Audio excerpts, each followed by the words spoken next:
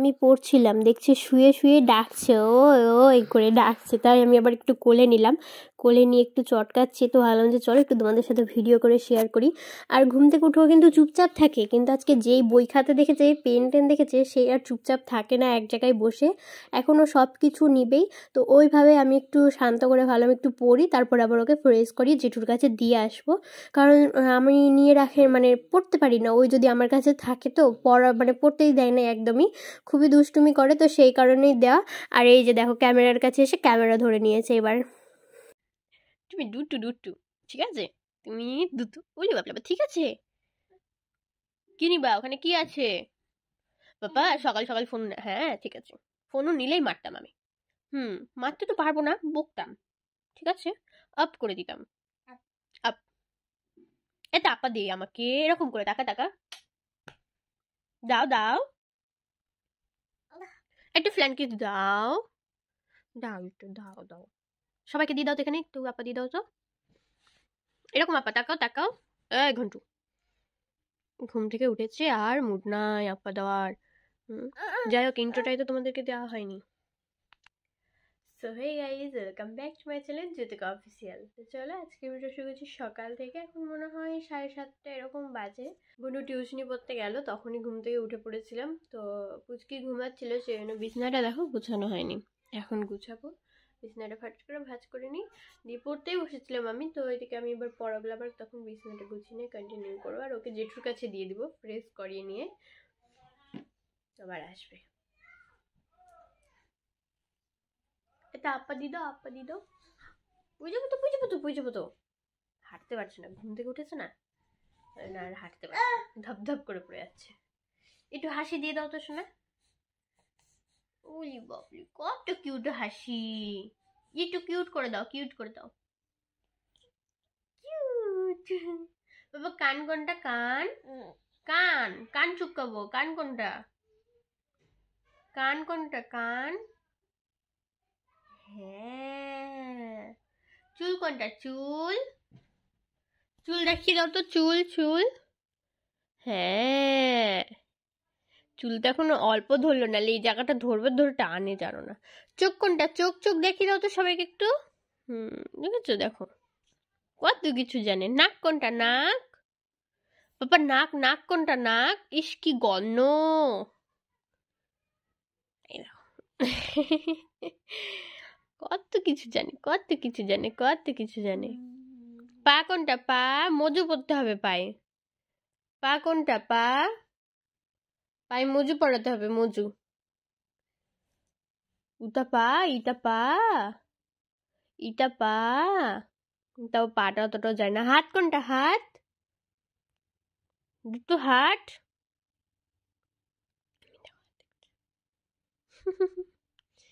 Tata করে দাও সবাইকে, টাটা বলে আবার পরে কথা হবে গো।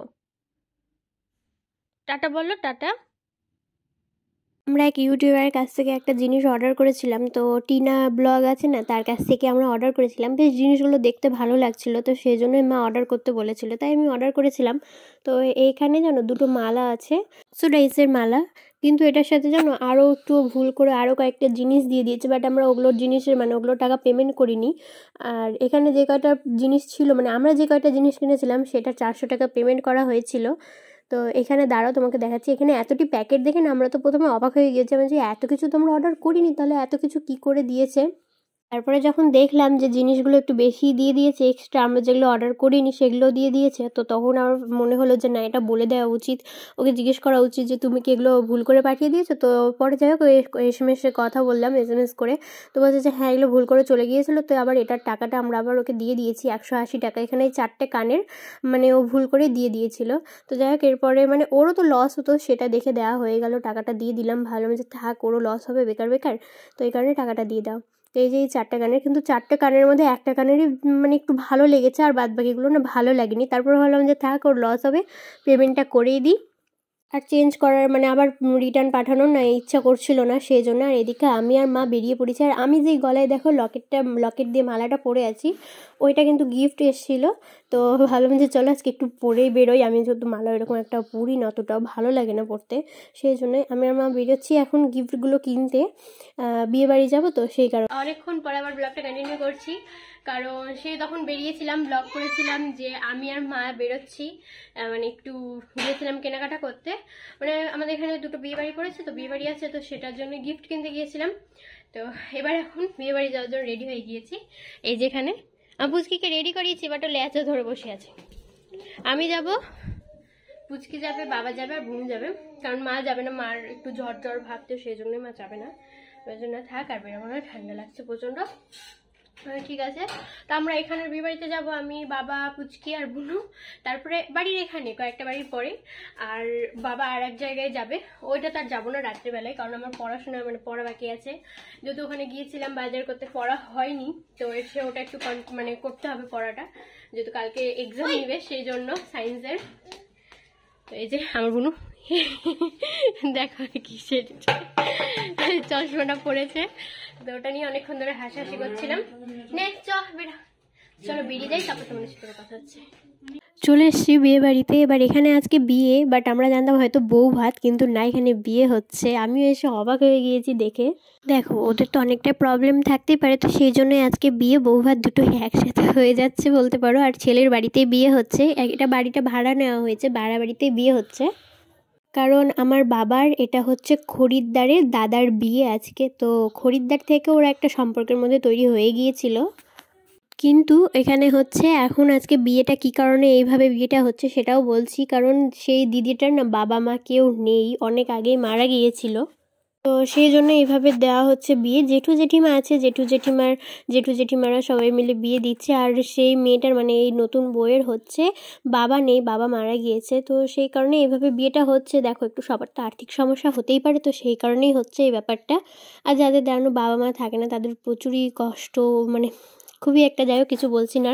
আর এখানে এখন বিয়ে হচ্ছে, সিঁদুর দান, তো বেশ ভালো লাগছিলো দেখতে। কিন্তু আমি না তোমাদের সাথে ভিডিওটা আমি ঠিক করে করতে পারিনি, কারণ আমি ভিডিওটা করিনি, আমার বোনও করেছিল, তো ওই ফ্ল্যাশ জ্বালাইনি, ফ্ল্যাশ না জ্বালিয়ে ভিডিও করেছে, তো ওটা একটু প্লিজ ম্যানেজ করে নিও। এখানে এখন হচ্ছে সিঁদুর দান, আমার ভালো লাগছিল দেখতে বেশ সিঁদুর দানটা, কারণ আমার তো এইভাবে বিয়ে হয়নি, আমাদের তো এমনি জাস্ট ঠাকুরের সামনে, বাড়ির ঠাকুরের সামনে এমনি যা সিঁদুর পরিয়ে দিয়েছিল, ওটাই যা, ওই রকমই বিয়ে হয়েছিল।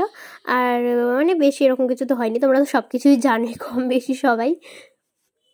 আজকে মানে আমি প্রথম যেরকমভাবে বিয়েটা দেখলাম। আর হ্যাঁ, এর আগে এর আগে আমি দেখেছিলাম আমার মামার বিয়ে এক, তো তাও ওই রকম একটা অতটা মন দিয়ে, তখন যেহেতু অনেকটাই ছোটো ছিলাম, পুচকে ছিলাম, অতটাও কিছু বুঝতাম না। তো যাই হোক আজকে আমি এই জিনিসটা বুঝতে পারছিলাম, দেখে ভালো লাগছিল অবশ্য একদিকে। আর এইদিকে এখন গেট ধরা চলছে, তো সেটাই তোমরা একটু দেখে নাও কি গল্প চলছে এখানে।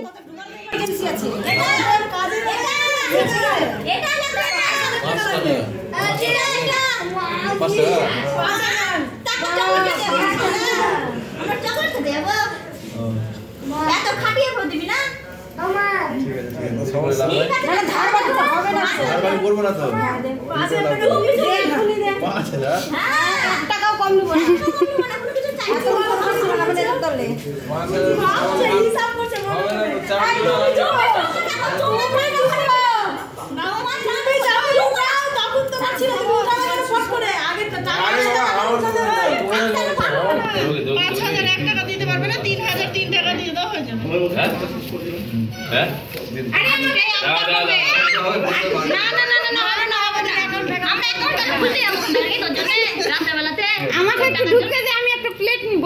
না হবে না, তুমি তো বেটার গলায় আছো। না আমি বেটার না, এখন লাগবে না, প্লেট নিব তো নিয়ে দিয়ে দেব। তুমি বেটার পোকা পড়ে মিষ্টি খাও, 5 টাকা বের করে দিবি না ঝুমা বউদের মাথা ঘুরছে, কাটে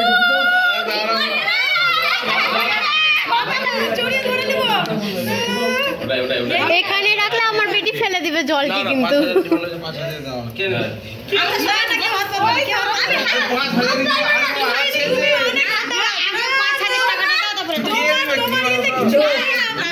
টাকা দাও আর 1000 টাকা দাও, ওটাই রয়েছে।